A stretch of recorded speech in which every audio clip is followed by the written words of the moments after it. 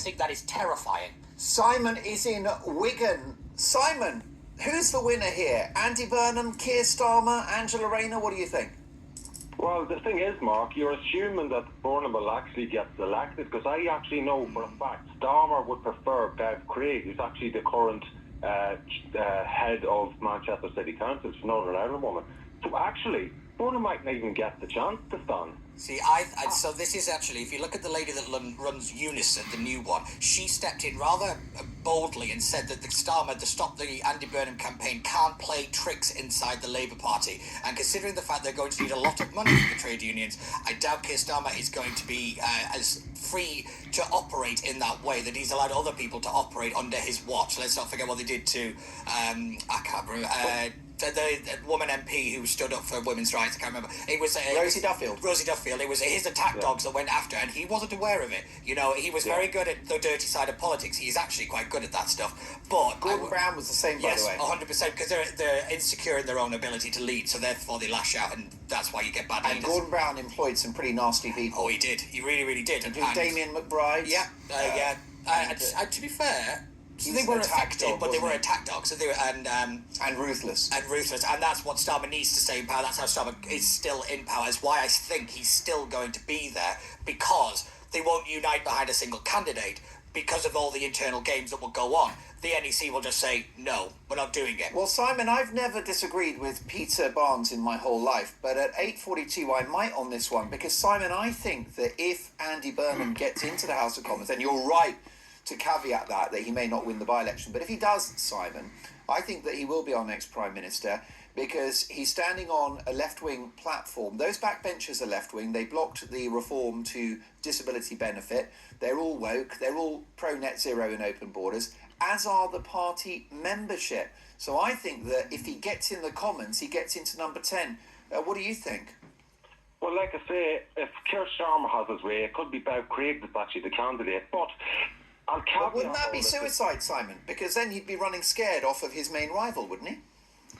No, I'm not sure, because I think all this is an academic argument, because I don't think this is going to come to pass. Because when George Galloway throws his hat in the ring, he's going to mop up all the Muslim vote in Gordon, and there's a huge Muslim community there. Interesting.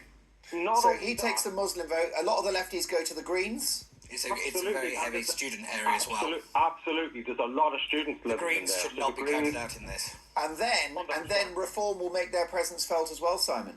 I can see Reform coming through the middle, because there's a rumour that Zia Yusuf will be their candidate. I've read that today, actually. I think that is a terrible idea, and I think he'll go down not very well in that particular constituency. But I can see the argument kind of in favour of it. But it is interesting that you bring up the Greens, because nobody's talking about them, despite the fact that they have mopped up the vast majority of the youth vote that keeps the Labour Party in power. I think it's like, it's now something, the last poll I saw was like over 60% of young people are aimed now at the Green Party. So that is the evaporation from Labour is amazing, but also it is a real structural problem. This is the thing, we're now talking about politics in a structural way. It's the mechanics of actually getting elected, and it's not as easy as just make a nice speech, I'm afraid. Well, let's not also forget this. You might have actually an independent pro-Gaza candidate as well, and that's going to add another interesting dimension to this. It's the Your Party thoughts. Yeah, the Your Party. They still got the backers. They've still got the structure and the institution. So maybe they could put somebody up. But if they do a deal with Galloway, that kind of cancels that out. But it's still the threat. It's still, yet again, a huge voter base that the Labour Party relies on that isn't as reliable as it used to be.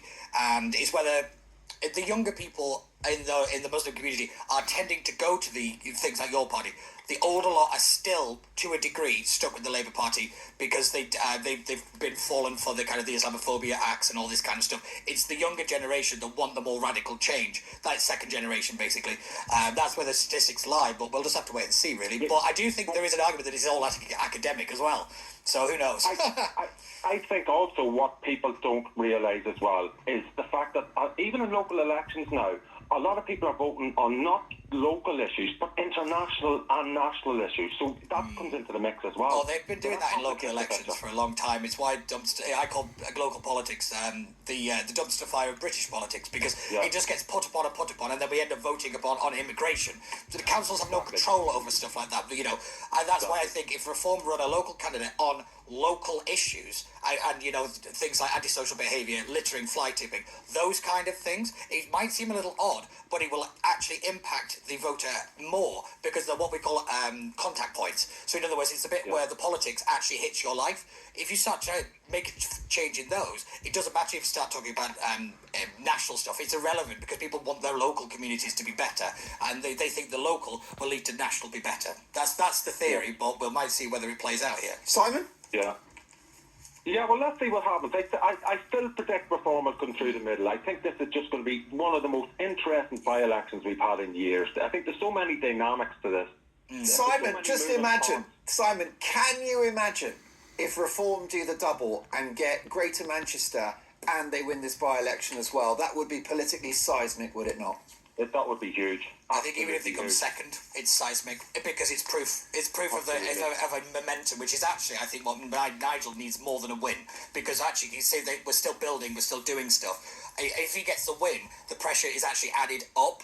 So I actually think that he would actually aim for second, because then the pressure is lessened in terms of actually governing, which he doesn't have to do, and then he gets to stay as the protest party. But Simon, thank you for your judgment, wisdom and instincts on that one. Simon's saying that Reform could well come through the middle and win this by-election, which would be a stay of execution for Starmer and game over for Burnham.